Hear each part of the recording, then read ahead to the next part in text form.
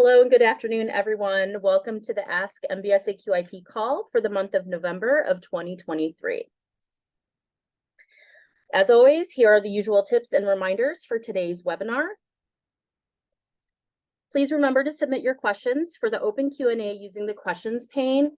Please do not raise your hand as we have not been able to enable this feature, so ask any questions through the Q&A. There are a couple of settings in the control panel for you to utilize to maximize your webinar experience. So be sure to use the audio pane to adjust your volume settings as well. If you are having issues with the audio, please exit the webinar and come back in. Don't forget that you can submit any Q&A requests using the questions pane where we will try to answer as many questions as we can in real time. If you think of a question or a follow-up question during the presentation, please submit it as soon as possible and do not wait until the end of the call. Please remember that we will not answer questions of a clinical nature and questions about variables or data entry into the registry. If you have any questions for our special guest, Ginny Ledbetter, please make sure to utilize the Q&A pane as well.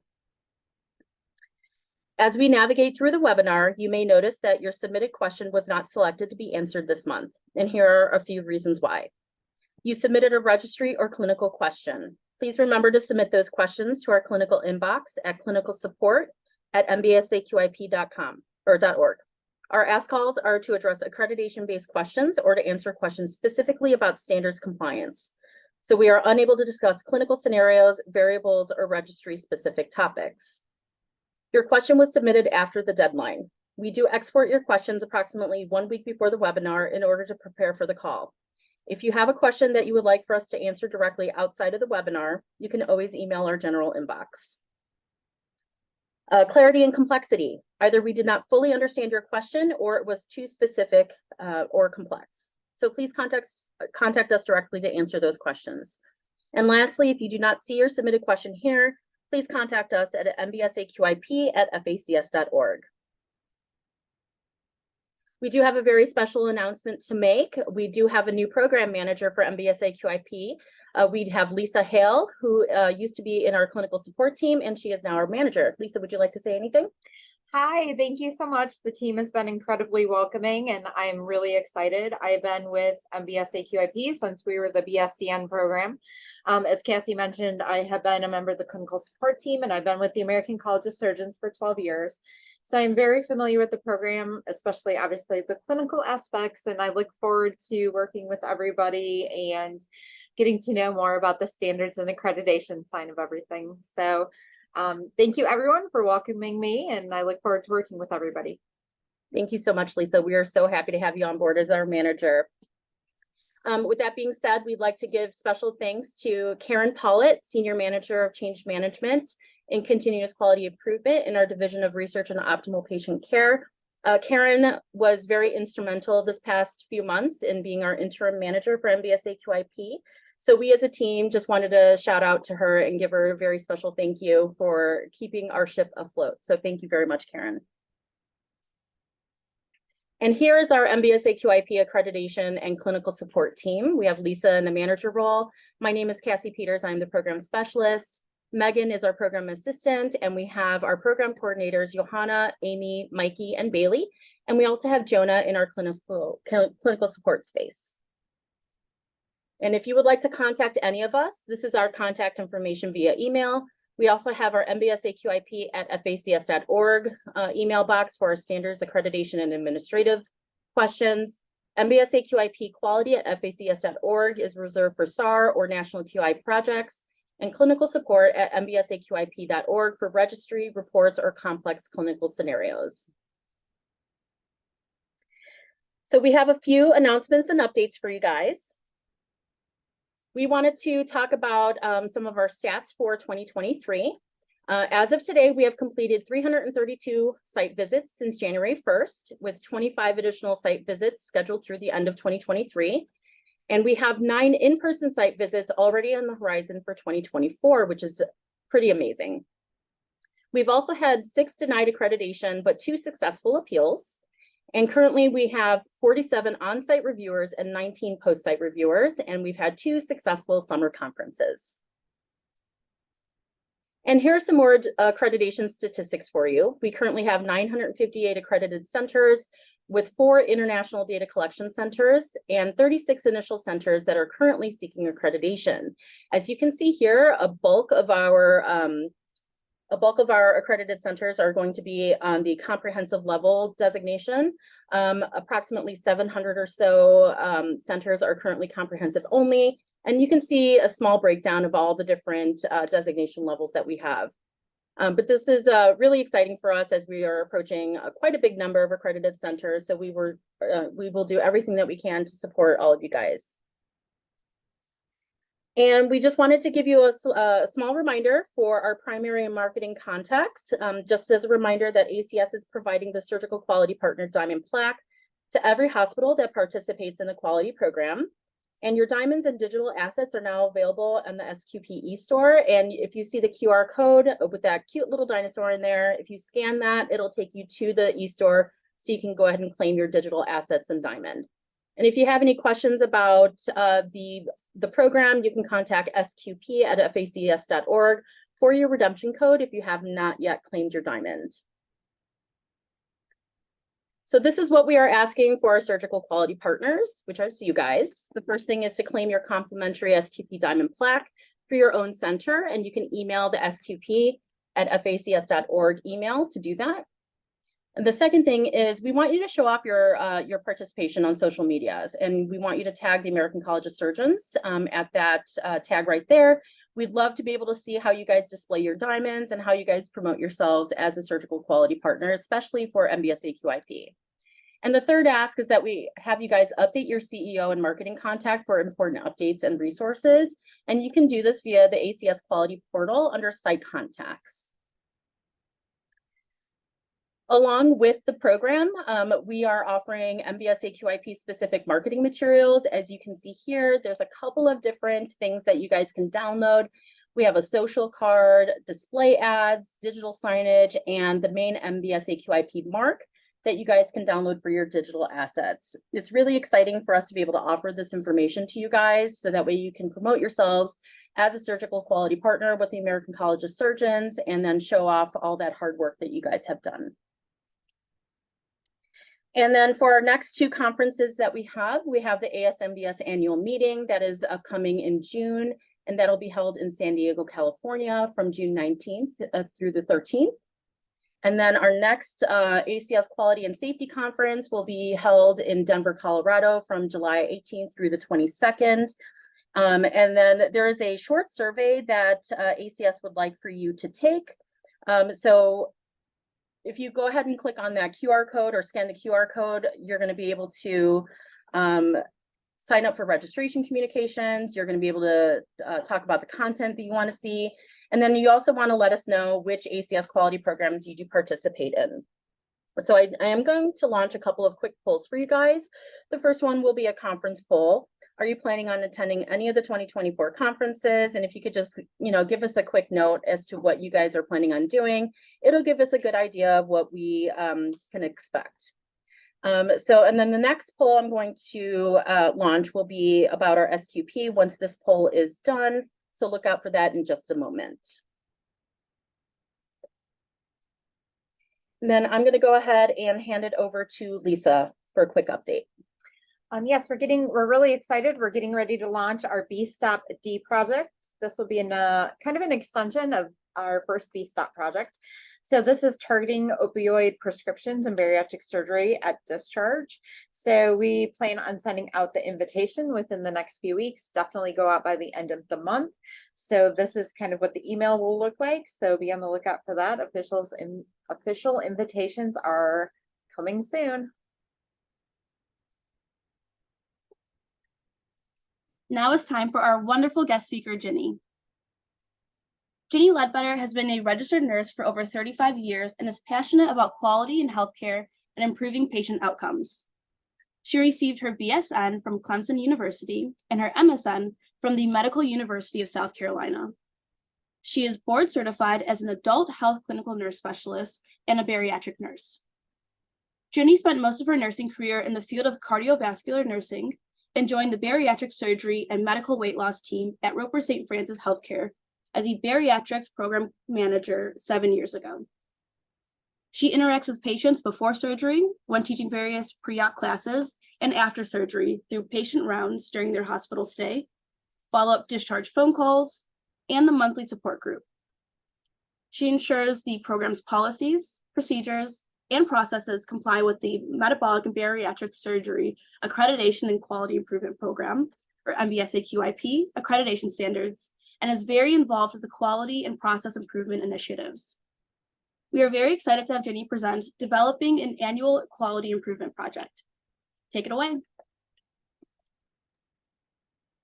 Thank you, Johanna. If okay that everybody can hear me okay? Yes, ma'am. All right, thank you. So I do want to just thank you and Cassie for inviting me to participate in today's Ask MBSAQIP.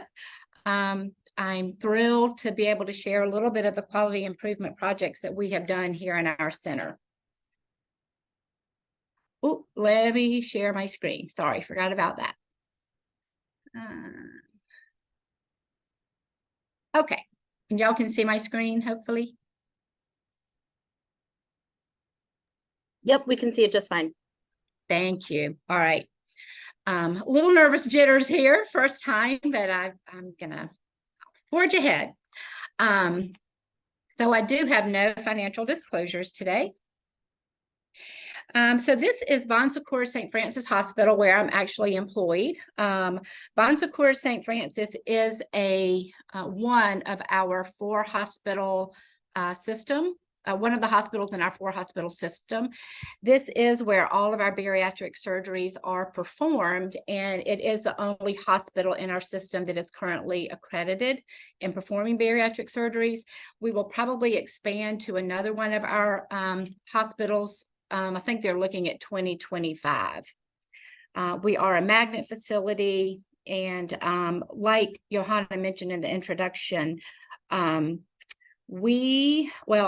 I joined this team about 7 years ago. Dr. Mitchell, who is our medical director and also a site surveyor, I don't know if anyone's had him as a site surveyor, but he was recruited here in 2011. We were first accredited as a comprehensive center in 2015, and that was after being initially approved by SRC in January of 2012. And then we were redesignated in 2018. And then in 2019, we actually became accredited as a comprehensive center with obesity medicine qualifications. We did add a bariatrician, Dr. John Cleek, at that time.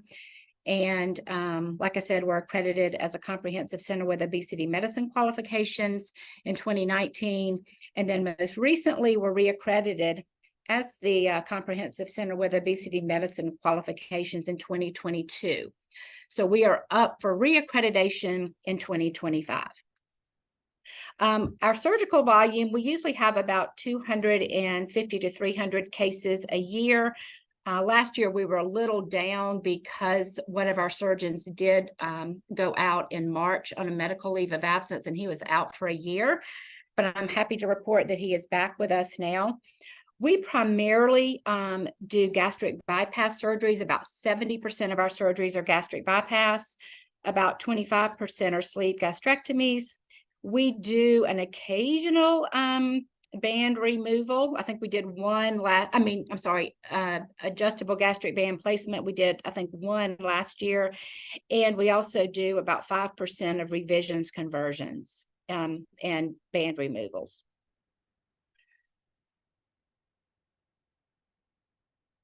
So I was asked to talk today a little bit about the quality improvement. And I know when I came in as a new coordinator, I was like, oh my gosh, quality improvement. But I've realized that it really can be exciting. So just to reiterate, standard 7.2 in our MBSAQIP binder is the standard that outlines the definition and requirements for an annual quality improvement initiative for MBSAQIP accredited centers. It outlines that this must be done with oversight from your MBS director, and ideally, QI initiatives they must be based on an existing problem identified by a reliable source.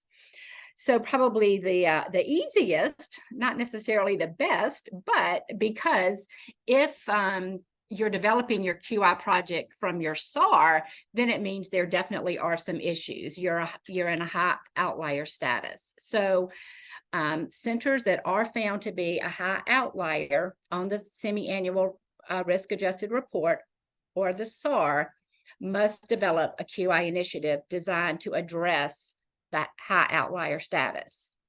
If you're fortunate enough not to have high outliers, then you can develop a QI initiative using other data sources that identify issues related to, clinical outcomes and or patient safety.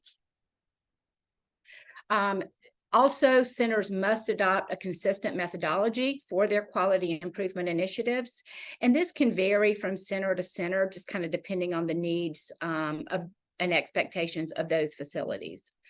PDCA and the which is plan, do, check, and act, and DMAIC, define, measure, analyze, improve, and control, are two fairly common ones. We actually use, and kind of our quality department here at within Roper St. Francis uses typically PDCA. So that's what I adopted when I did our first quality improvement project as a coordinator. So the PDCA cycle has 4 stages. Typically, you start with plan, and that's kind of where you determine the goals for your process improvement opportunity and kind of identify the changes that are needed to achieve those goals. Then you go to the do, and that's where you start implementing those changes and interventions and, trying to meet your goals. And then you get to check. And that's where you evaluate and analyze the results of your changes and look to see if your performance is meeting the goals that you set out for. And then in the act section, that's where if your changes have made an improvement, then you want to standardize and stabilize those changes. If not, then you may need to go kind of back to the drawing board again and get back with the plan and cycle again. MBSAQIP and ACS also have some great QI resources. And I felt so proud of myself setting up a QR code with Johanna's help. So this is the QR code if you'd like to scan that, but it does, the ACS quality framework is a great resource and reference. There was also Ask MBSAQIP session on this covered at the September 2023 Ask MBSAQIP if you want to go back and review that video. But there's an ACS quality improvement course, which is, you can actually get CME or CNE hours. There is a cost to that, but if you're very new to this, I think it would be very helpful. There's also a case study repository. And this is just a collection of QI projects from centers that are participating in ACS quality programs. I will toot our horn a little bit. We did have we published a case study titled Reduction in Post-Op Nausea Vomiting Leads to Decrease in Emesis, Length of Stay, and Opioid Use in Bariatric Surgery Patients. And that is one of the quality projects that I'll highlight today. And then there's also a great quality framework video and slides that you can download as a resource and reference. And then within MBSAQIP, there's also a quality improvement toolkit portal. So it includes a worksheet. There's also a webinar, a great webinar that was done that kind of reviews the QI process. There's a SAR tutorial. There's a statistical modeling tutorial. So again, just wonderful, either written handouts or text or webinars that you can view. So moving on to the QI project that we did based on one of our SARs. So Our July 2020 SAR, which was the calendar year of 2019, indicated, you can see there's red, and you can see that there were 3 domains for the laparoscopic Roux-en-Y gastric bypass that needed improvement. That was the bleeding, the all-cause reoperation, and related reoperation. I do want to point out that they were not high outliers. You'll see there's a no here for each of those. Had they been yes, then we would have been required to do a quality improvement project. But even though these were no, our interdisciplinary team, which is when we were reviewing this, we don't like seeing red and we don't like seeing needs improvement. So that was impetus enough for us to do a quality improvement project. I also just put little arrows here because my problem statement will reference our predicted, observed rate, and our expected rate. So again, you can just kind of see, I just wanted to kind of highlight those on the SAR. So that's kind of what we were looking at. So this did help us develop our problem statement. So a problem statement, when you are developing your QI project, should include 3 things, at least. 1, it should be a specific problem that you want to solve through your QI project. 2, there should be a baseline, kind of baseline metrics and your goal metrics. And then 3, the timeline for meeting or completing your project or trying to meet this goal. So I know this is a very busy problem statement, but it includes all of those components. So I'm just going to read it. So the July 2020 SAR indicated our predicted adjusted observed rate was 2.65% for the laparoscopic Roux-en-Y gastric bypass bleeding. It was 3.24 for the all-cause reoperation for the gastric bypasses, and 3.85% for the related reoperations from that calendar year 2019.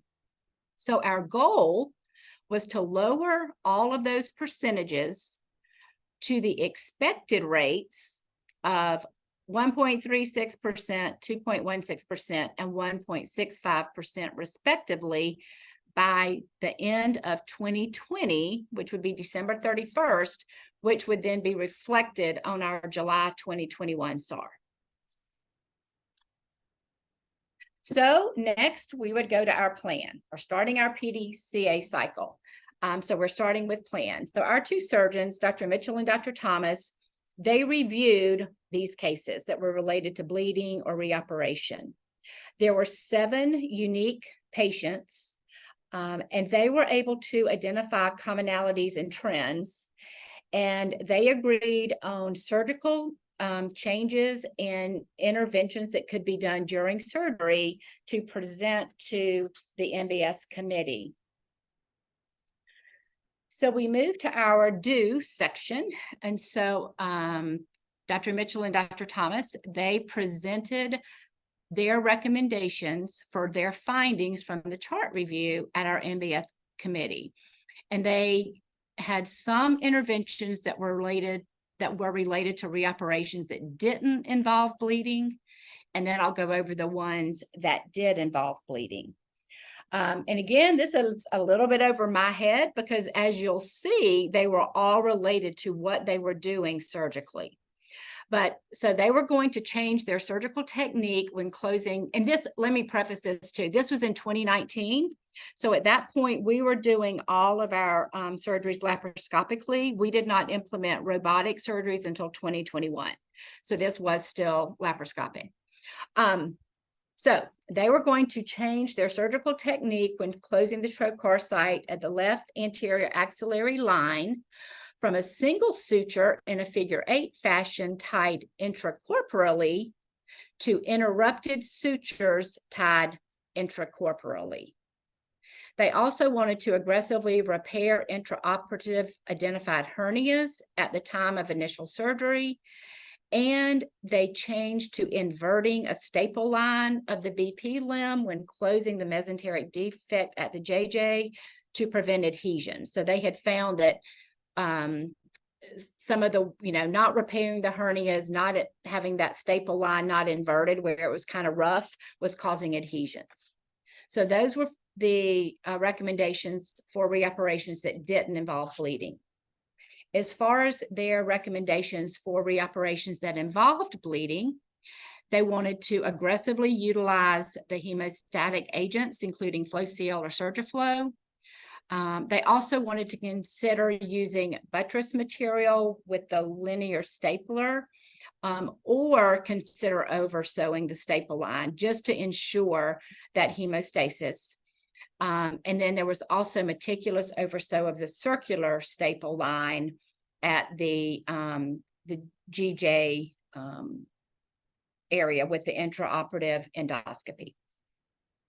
So all of that was presented to the MBS committee. Of course, the MBS committee approved that. Let's, immediately start utilizing those interventions, which they did.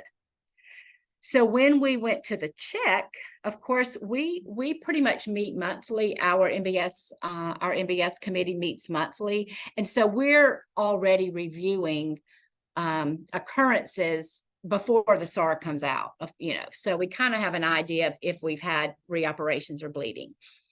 But we looked at our January 2021 SAR that came out, and it showed that we had no bleedings. Again, I'm just going to refer to the laparoscopic RNGB. So no bleeds, 1 all-cause reoperation, and no related reoperation events. And our predicted adjusted observed rates had improved to 1.10% for the bleeding, and the expected rate was 1.33. It improved to 1.71% for all-cause reoperation, and the expected rate was 1.76. And it improved to 1.08% for the related reoperation, and the expected rate was 1.31. So we were very, very happy with our results. So that was the January 2021. And here is our SAR, and it's no red, and it was as expected, and our numbers looked better, so we were happy about that. But then we also wanted, remember, we still had our timeline. So our timeline was through the July 2021 SAR. So we reviewed that SAR, and that showed we had 1 episode of bleeding, 2 all-cause reoperations, and 1 related reoperation. Again, our predicted observed rates improved and were below the expected rates. So again, here's another pretty SAR for that whole that whole year of 2020. So we were very happy about that. I appreciate all the little thank y'all for those. So to get to the ACT piece and kind of, go through the whole circle of PDCA, we continue to this day, obviously, to monitor, but we reviewed our January and July 2022 SARs and our January and July 2023 SARs. We have continued to have predicted observed rates either less than or slightly greater than the expected rates, but nothing that has been an outlier or that was identified as needs improvement. However, like I said, we continue to monitor these at our monthly meetings, and certainly are always looking for additional opportunities for improvement. So now I'm going to move on to a QI project based on another data source, because fortunately, we have not had anything on our SAR to help drive a quality improvement project. So I mentioned that we meet monthly, and one of the things that we also monitor as part of our ERAS protocol is post-op nausea vomiting. So at our January 2021 MBS meeting, we reviewed our 2020 post-op and nausea vomiting data. And it indicated that, and it was kind of a hunch too, that patients in the bariatric surgery patients, metabolic and bariatric surgery patients in the PACU were having more post-op nausea and vomiting in the PACU and on the inpatient nursing unit, which is the SPCU, the surgical progressive care unit, than other surgery patients. And we know that post-op nausea and vomiting can potentially negatively impact a patient's ability to ambulate and drink liquids in a timely manner after surgery. It could also delay their length of stay. So when we looked at the data, you could see that the blue line down here is the overall percentage of patients in PACU with post-op nausea and vomiting. And then here, the dark blue line is the metabolic and bariatric surgery population. And so the trend line really kind of shows you that that was going up over this time frame. The next slide just shows on the surgical progressive care unit, again, there was an increasing post-op nausea vomiting on the inpatient unit with a range of like 33% as high as 87%. And we also had the upward trend line with emesis. So a little more or simpler problem statement, but our problem statement for this project was to decrease the percentage of post-op nausea vomiting in the metabolic and bariatric surgery patient in PACU and on SPCU by December 31st, 2021. So how are we going to do that? Well, we developed a subgroup of our key stakeholders from our committee. It included the surgeon, a representative from anesthesia, nursing, pharmacy, and quality, which happens to be our MBSCR. So we looked at current state. We had, we already had some data. We reviewed literature to see what we could do to further improve our post-op nausea and vomiting. Hillary Good is one of our CRNAs, and I have to say, we have an awesome anesthesia team, and they really participate a lot in our quality improvement projects. And Hillary said, hey, I will review the charts from October to November and kind of see, what was going on. And she looked at those patients who had received a rescue dose of Zofran or Phenergan on either of those units, and she completed a literature review. And, one of the findings, which I think we're all familiar with, is that all of our surgery patients are at a high risk for post-op nausea vomiting, and multimodal medication therapy is definitely indicated for these patients. So we had participated in the Energy Project in 2018 and had already implemented a lot of post-op nausea vomiting interventions at that point in time, which included scopolamine patch, IV Decadron, and IV Zofran intraoperatively. And so after review of the literature and Hillary's review, the proposal was the addition of IV amend or fosaprepitant to our pre-op medication regimen. We had pharmacy represented on our committee, and he said it would have to go to our pharmacy and therapeutics committee. So we developed an Excel spreadsheet to kind of track some of this data. The CRNAs were rounding on patients. We were still documenting emesis. Were they drinking within 8 hours of surgery? And then we looked at length of stay. So we continued to meet every few weeks. We got our data together to take to P&T in April, and the proposal was approved. And so we started giving amend to all of our patients, and we added that to the pre-op medication orders. We also developed, just to kind of remind everybody of our ERAS goals, we did get a handout and did a lot of education in May. Once everything was implemented to our ambulatory surgery unit, our PACU, and our inpatient unit, just with our overall goals. And we had everything kind of in place to go into effect on June the 1st of 2021. We did quit using scopolamine when we implemented IV amend. There was some consideration giving Zofran 8 milligrams intra-op rather than 4 milligrams intra-op, and then waiting to give 4 more in PACU. And we also implemented aromatherapy in our PACU and SPCU.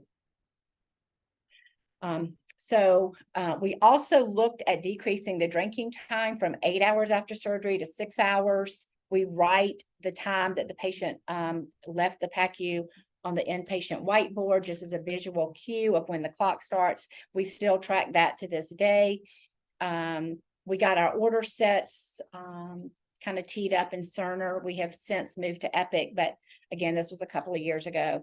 And really just getting everything in place for our pain management and nausea management. We also don't use opioids, so that certainly decreased our post-op nausea and vomiting as well. So when we got to the check, we continued to review this post-op nausea vomiting data at our committee meetings. It indicated a significant decrease in our patients who needed to receive that rescue dose of Zofran and Phenergan with the addition of amend.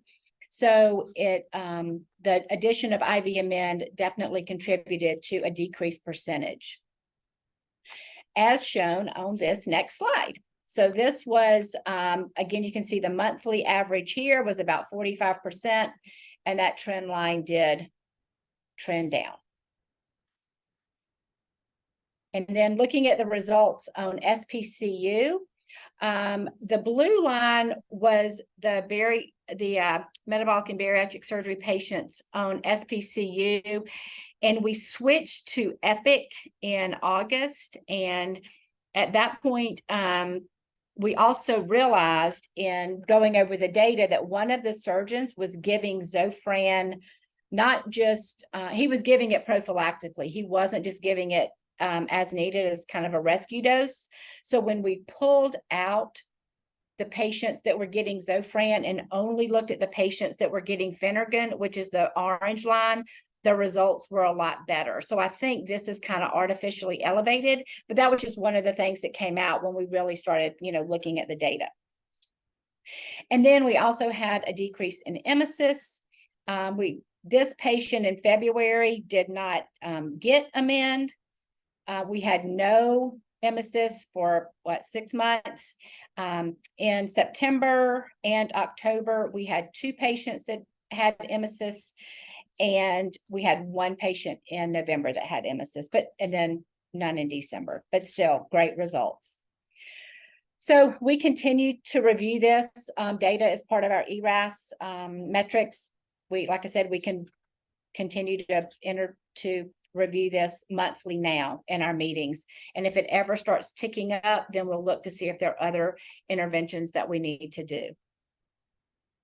So in summary, as an accredited center, we all have to develop a QI project each year per standard 7.2. It either needs to be related to your high outlier status on your SAR or another clinical or patient safety issue based on other data sources. Fortunately, MBSAQIP offers a lot of valuable resources to us. Definitely use those. And if I can be of any further assistance, here is my information. You can email me, give me a phone call, and I'm happy to have any type of discussions. So thank you very much.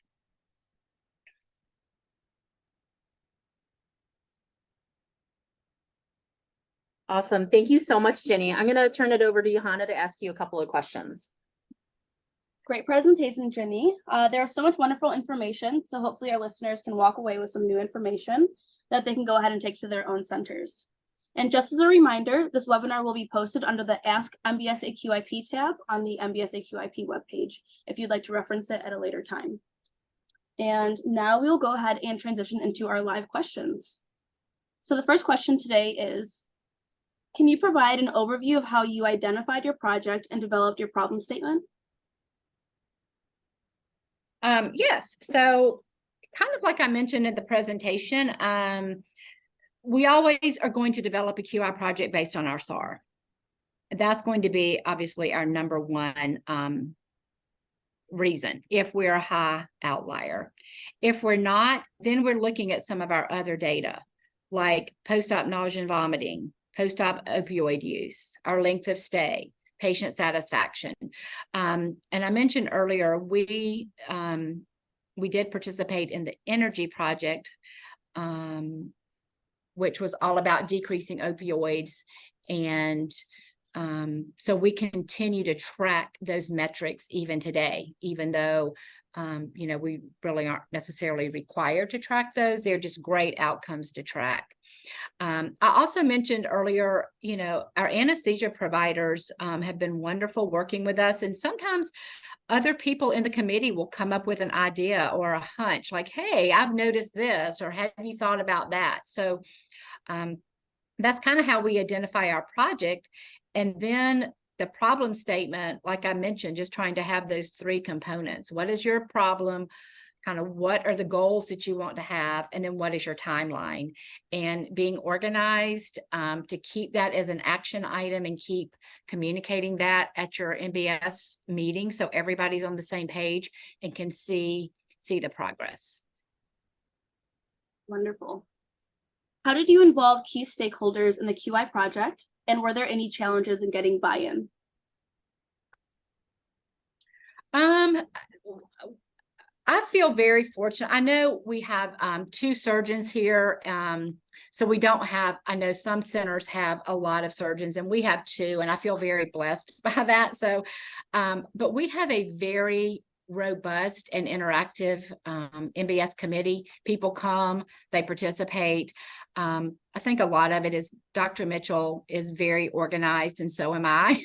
So, we send out agendas, we have action items, we follow up on action items from meeting to meeting, and people want to get involved. Again, I think the success we had early on in 2018 with the energy project through MBSAQIP, it made us excited about, wow, look what we did and how much we improved. And those were big changes that we made with our patients. We stopped using G tubes and drains and Foleys and PCA pumps. I mean, it was a lot of big changes, but we did it. And that just kind of fueled our passion. And then I think the key stakeholders, typically you need pharmacy, you need nursing, you need the quality people, you need physicians, you need anesthesia, just trying to build positive relationships with them.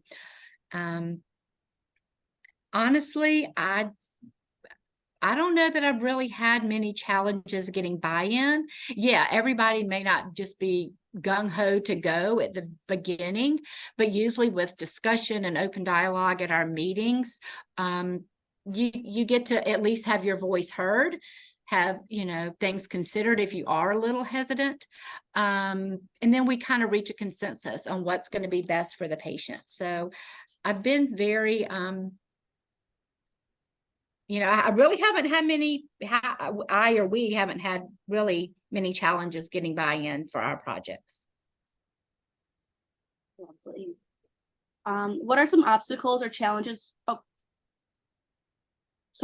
What are some obstacles or challenges faced during the projects?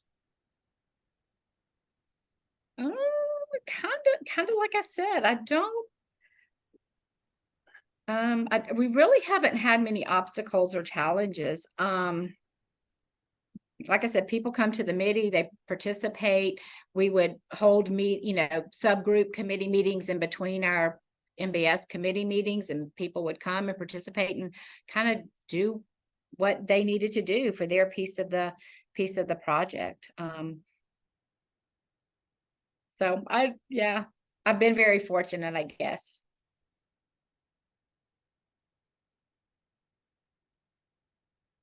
Can you describe the steps your team took to monitor the QI over time? Yeah, it's really just, I think, having quality is an agenda item at every meeting. We look at these, we look at our post-op nausea vomiting, we look at our length of stay, we break it out between our gastric bypass and our sleeve gastrectomies. We look at post-op nausea and vomiting. We look to see if patients are drinking and walking within 6 hours. We report on that every single month. And if we start seeing, and did we discharge anybody with an opioid? I mean, we've gone months and years without.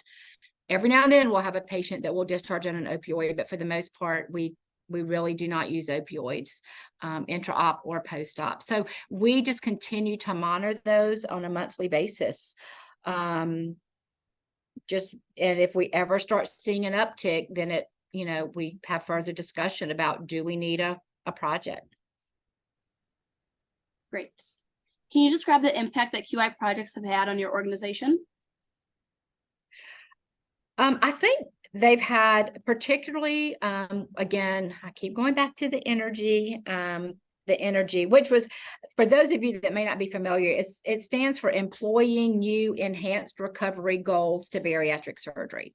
So again, it was all about ERAS for the bariatric surgery, metabolic and bariatric surgery patients. So when we kind of got away from PCA pumps and weren't even giving patients a prescription at discharge, our quality leaders kind of in the C-suite started saying, wow, what are y'all doing? So then that, led other service lines, colorectal, and our neurospine, to kind of reach out and say, hey, what are y'all doing? Can we learn from you? So some of our other service lines have implemented components of ERAS, and I think a lot of it was based on the success that we had with our patients. I'll also say, I think it's given Dr. Mitchell and me an opportunity to kind of speak to others in our field about the success that we've had. He's done several presentations at national meetings based on our opioid reduction. So that's been nice too. Awesome. And our last question for you today is, finally, what advice would you give other MBSAQIP sites regarding the QI framework, as well as the quality improvement overall?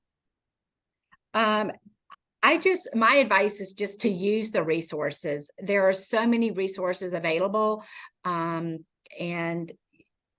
I think sometimes, again, I know when I first started, I'm just like, oh my gosh, quality improvement. And I'm certified as a clinical nurse specialist. So I had done quality improvement projects. I was the leader of our catheter associated UTI team before I took this position. So I had done quality improvement, but still it's a little daunting. But I think when you see the results, like I said earlier, it kind of fuels that fire. You want to keep doing quality improvement because you see the great outcomes that you're having. So I think, don't look at it as stressful, look at it as a huge opportunity to improve the care for your patients, and also just use the resources that are available. Thank you again for your wonderful presentation, Ginny. Thank you. I appreciate it. And to all of our listeners, if you have any remaining questions, feel free to share those in the Q&A here in Zoom. And Ginny's email address is also listed on the screen. Our quality resources implementation team has also put together an example of a bariatric specific case study using the ACS quality improvement framework. Feel free to utilize the QR code on the screen for the full document. Additionally, the team wanted to share the ACS quality framework note-taking tool. And again, for access to the example, please utilize the QR code on the screen. Wonderful, thank you so much. And then right now we're going to go ahead and move on to another special presentation that's going to be done by one of our program coordinators, Bailey. Hi everyone, my name is Bailey and today I will be talking about the post-site visit process. But before we do a deep dive into the post-site visit process, I wanted to take a minute just to recognize our site reviewers. As mentioned earlier in the presentation, we currently have 47 active site reviewers and 19 post-site reviewers, with some of them serving as a site reviewer and a post-site reviewer. To date, our site reviewers have completed 332 site visits with another 25 site visits scheduled out until the end of the year. That puts us at averaging almost 1 site visit per day. In addition to conducting site visits, our site reviewers are active surgeons at their facilities, with some also serving as the MBS director for their center. Due to this, it may take a little longer to have a site visit scheduled, hear a response from your site reviewer, or receive your final report. So your center had their site visit. What's next? It typically takes 6 to 12 weeks between the day of your site visit until you receive your final report. After the site visit, it takes about 1 to 2 weeks before a post-site reviewer is assigned. Once a post-site reviewer is assigned, it can take 4 to 6 weeks until your final report is issued. There may be some delays in the process, which we will discuss later in this presentation. In the next couple of slides, I'll break down what happens at each of these steps. So the first step is our on-site reviewer submits their assessment. The site reviewer has up to 2 weeks to complete their assessment. During this time, the site reviewer will look over their notes from the site visit, add comments if applicable, and mark each standard as compliant or non-compliant. The site reviewer also has the opportunity to mark each standard as an area of strength or as an opportunity for improvement. Having a standard marked as an opportunity for improvement means that you are meeting the expectations of the standards, but there may still be some room for your program to better itself in a certain area. A common example is standard 7.2 being marked as an opportunity for improvement, as there are times when there is room to make your QI projects more robust, patient-focused, or data-driven. Once the site reviewer submits the assessment, we assign a post-site reviewer, ideally within 5 days. We assign a post-site reviewer to help ensure that the site reviewer has judged your compliance fairly and applied the standards appropriately. They then have 4 to 6 weeks to complete their review. Once the post-site reviewer has completed their assessment, that is when each program coordinator will review the final report and look to see if there's any non-compliance or discrepancies. If there aren't any, then we can move forward with issuing your center's final report. If we do find a discrepancy between the site reviewer and post-site reviewer, our team converses with one another to determine if the standards were applied appropriately. Depending on the discrepancy, it may be escalated to our executive review committee to further discuss the interpretations of the standards and/or seek medical guidance.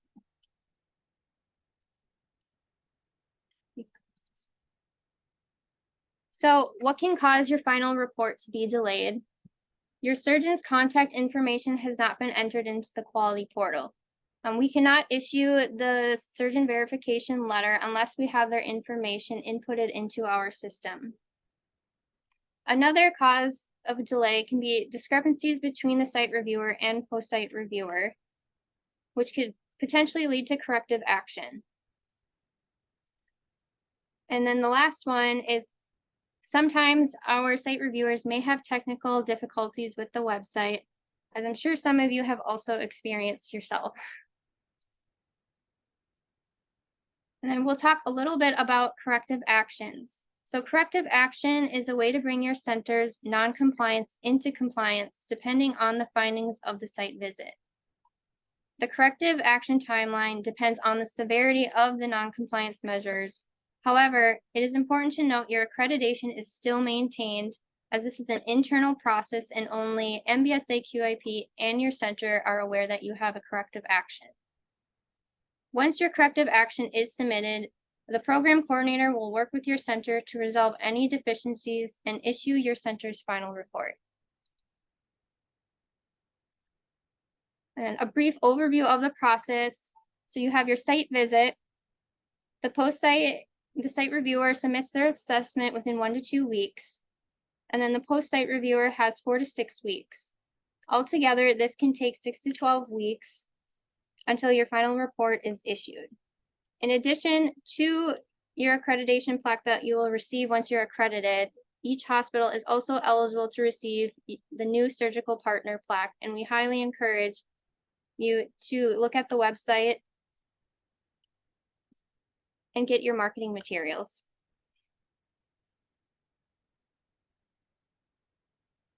Thank you so much, Bailey. I hope that gives everybody a bit of insight into our post-site process. I know a lot of centers are anxiously awaiting their final report, and we're working really hard to make sure that that is issued to all of our centers who have recently undergone a site visit.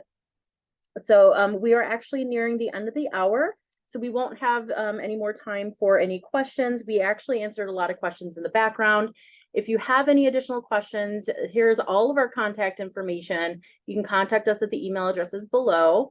As you can see here, we have several inboxes that we all manage as a team. We have our standards, accreditation, and administrative inbox, SAR questions, national QI projects, go to the quality, registry reports, complex clinical scenarios, go to clinical support. And then we have our two other inboxes for the surgical quality partner and the diamonds for SQP@facs.org, as well as our quality framework and framework toolkit inbox at ACS Quality Framework at facs.org. So thank you guys so much for attending our Ask MBSAQIP call. We just wanted to let all of our audience members know that this will be our last Ask MBSAQIP webinar until further notice. We are working really, really hard to develop, really good educational content for you guys. And we understand that the webinars have been a really rich source of information for a very long time for all of you guys. But we wanted to make sure that we develop educational material that was really impactful for all of our centers. So until we have the opportunity to be able to do so, we are going to go on a little hiatus for the time being. So make sure you stay tuned for more educational opportunities in 2024, and we will be sure to let you guys all know when we have decided to resume, either in a webinar format or in a different format. But in the meantime, you can always look back on our previous Ask recordings on our Ask MBSAQIP webpage. They are all there up until, I believe, the beginning of 2021. And if there's any other questions that you guys have, go back to the previous slide, Megan, with all of our contact information. Again, here, I can't stress enough the importance of emailing us. I know there's a delay in some of the emails. We've been experiencing a high volume of emails as of late, but we will get to you as soon as we can. Again, thank you guys so much for attending our Ask MBSAQIP call for today. Special thanks to Ginny Ledbetter for her amazing presentation on her QI. We will be able to get any questions outstanding over to Ginny, and then she can reach out to you guys on an individual basis if there's anything else. Otherwise, you can email us at the inbox if you have more questions for Ginny, and then we will make sure that those get forwarded to her. We will hopefully see you guys sometime in 2024. In the meantime, thank you.